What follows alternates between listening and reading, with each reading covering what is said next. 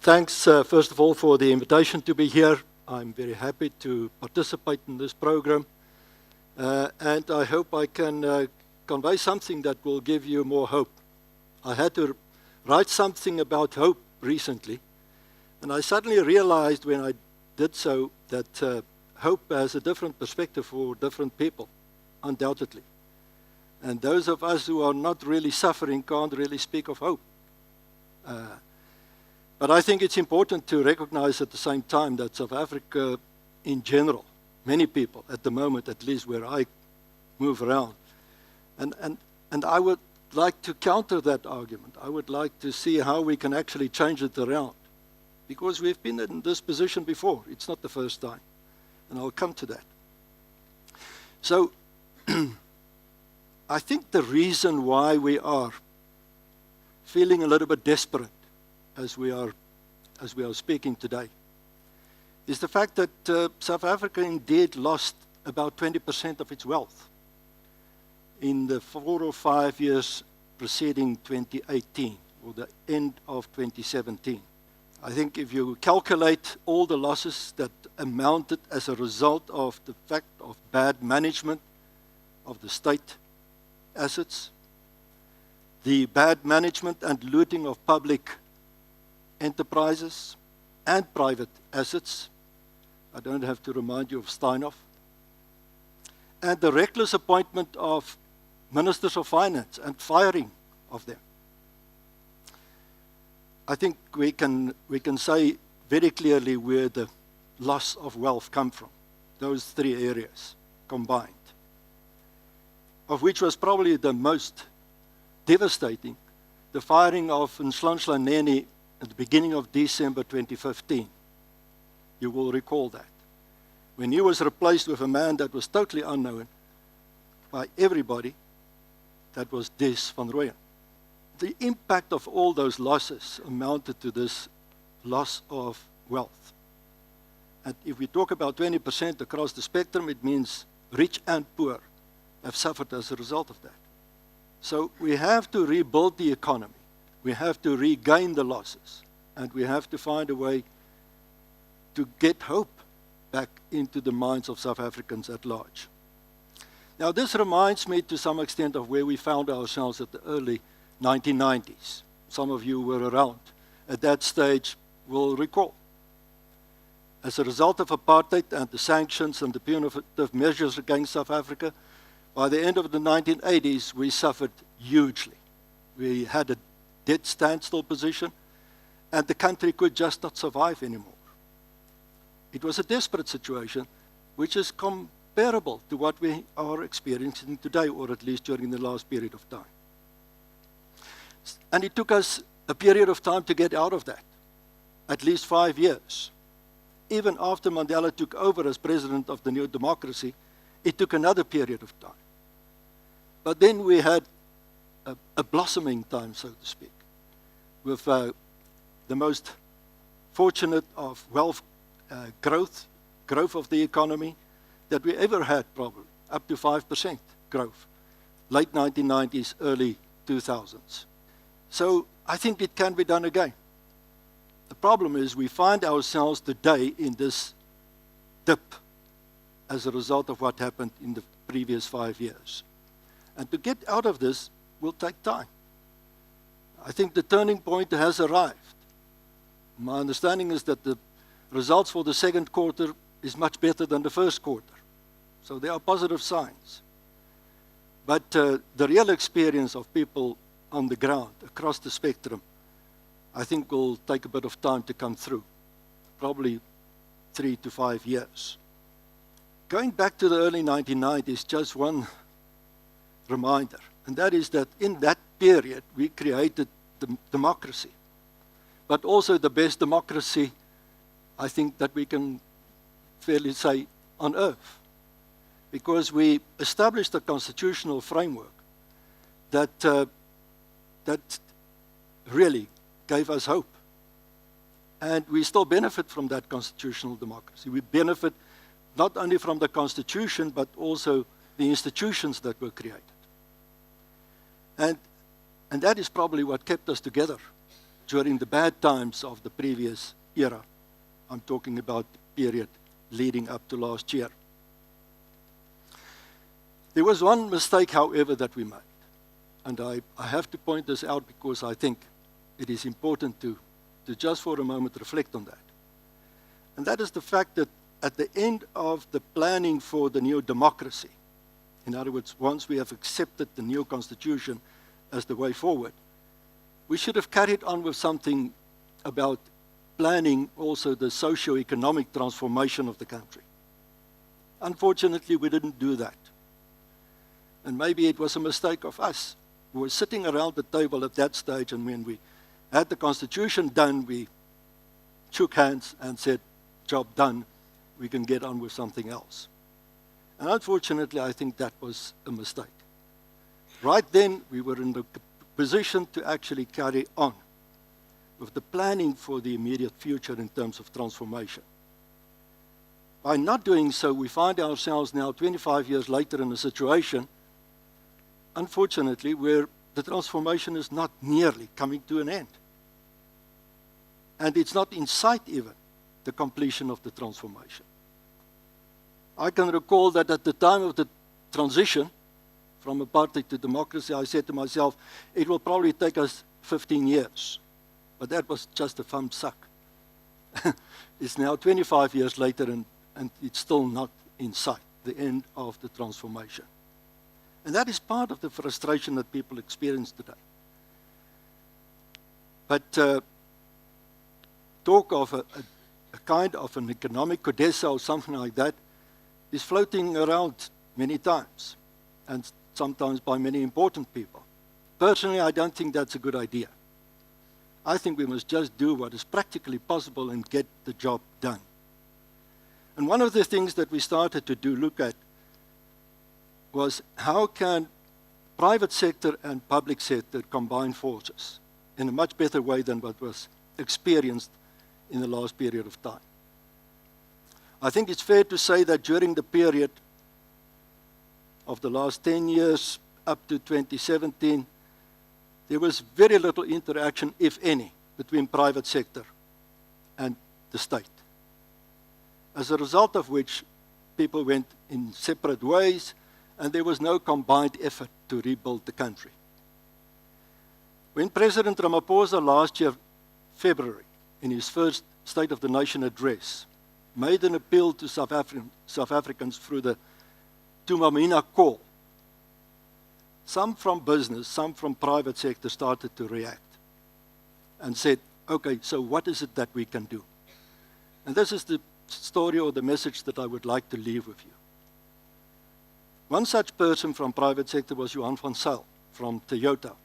And I'm not promoting Toyota when I say that. It's just there's another Johan van Zyl also, so I have to mention the fact where this Johan van Zyl is coming from. He is presently, as you might know, the head of Toyota Europe, Africa, and the Middle East. And he sits in Brussels. But he's a South African, and he's coming back once his job is fulfilled in Brussels. So when he read the speech of President Ramaphosa in February last year, he started to think about what the response from private sector can be. Soon after, I was incidentally in Brussels, and we had a conversation about this. And Johan drafted, and I'm sharing this little bit of unnecessary detail, but it left an impression on me, so maybe it will be the same with you. So Johan drafted a one-page diagram of what he said could happen in South Africa if private sector responds in the right way to this call by the president. But the important thing is he said the Japanese, that is where he learned it from, because he serves on the main board of Toyota Japan. He said the Japanese doesn't use concept notes and long proposals when they want something done. They do it on one page because the departure point is if you can't do it on one page, then it's not worth reading. So he did it on one page, and I could even understand what he was trying to get to. I came back, I started to have a conversation with some local private sector leaders, and once Johan was back here for a visit, we got a small group together and we started this. That was around about April last year. But now it was a question of how to get this into the mind of government. If private sector responds this way, we have to make it also the belief of government. The whole concept is based on the following, and that is to say, if we join forces between private sector and government, public sector and private sector, then we can actually work towards the same aims and goals for the sake of the country and get the economy growing. So Johan's point of view was to say, let's get different sectors of the economy to commit each towards certain growth targets for the next 5 years, including job creation and transformation. And then ask government to remove the inhibitors that would prevent that growth from happening. And that is the simple theory behind this model. In the end, we succeeded in getting to President Ramaphosa and presenting him the plan. That was right now a year ago in August last year. We took 3 sectors to make the point. The one was the automotive sector, because that is where Johan is coming from. The other is agriculture, for a very obvious reason, and that is agriculture has the potential to produce the highest growth rate of all sectors in South Africa. And the third one was tourism, where we also have the potential of growing. And we identified in each of those the inhibitors that would prevent this growth. By means of example, those 3 sectors. President said, yes, go ahead, work with the minister and the presidency, who was in Nkosazana Dlamini Zuma at the time, and we started off this project. And within a few months, we had no less than 20 sectors combining their effort. The end result is that the president could, well, not the end result, but the intermediate result, was that the president could announce in June, in the State of the Nation after the elections, he could announce that private sector has committed itself to 840 billion of new investments, internally, locally, South African investments, 840 billion over the next 5 years, resulting in 155,000 jobs and coming from more than 20 sectors of the economy. So this is already happening. It's of course not the end target, but it is already in motion. What our function is, and I'm not a business person myself. I should have retired a long time ago. Sizwe was saying he's 62, I'm 72. And I'm struggling to get myself into the mindset of retirement. And so I've given up on that. I decided I will just carry on as long as I feel I can get up in the morning. So the function that we're fulfilling, and when I say we, that means this little outfit that I belong to, which is in Transformation Initiative, is to facilitate between government and private sector. The project is called Public-Private Growth Initiative. And we have brought all these sectors together. We help them to focus on what they need to do. Let me give you one example. When we started to reach out to different sectors, by September, October last year, we spoke to the ICT sector and said to them, will you like to join this effort? And they were not organized or coordinated at all. Nothing. There are at least 11, 12 major ICT companies in South Africa, but they didn't work together.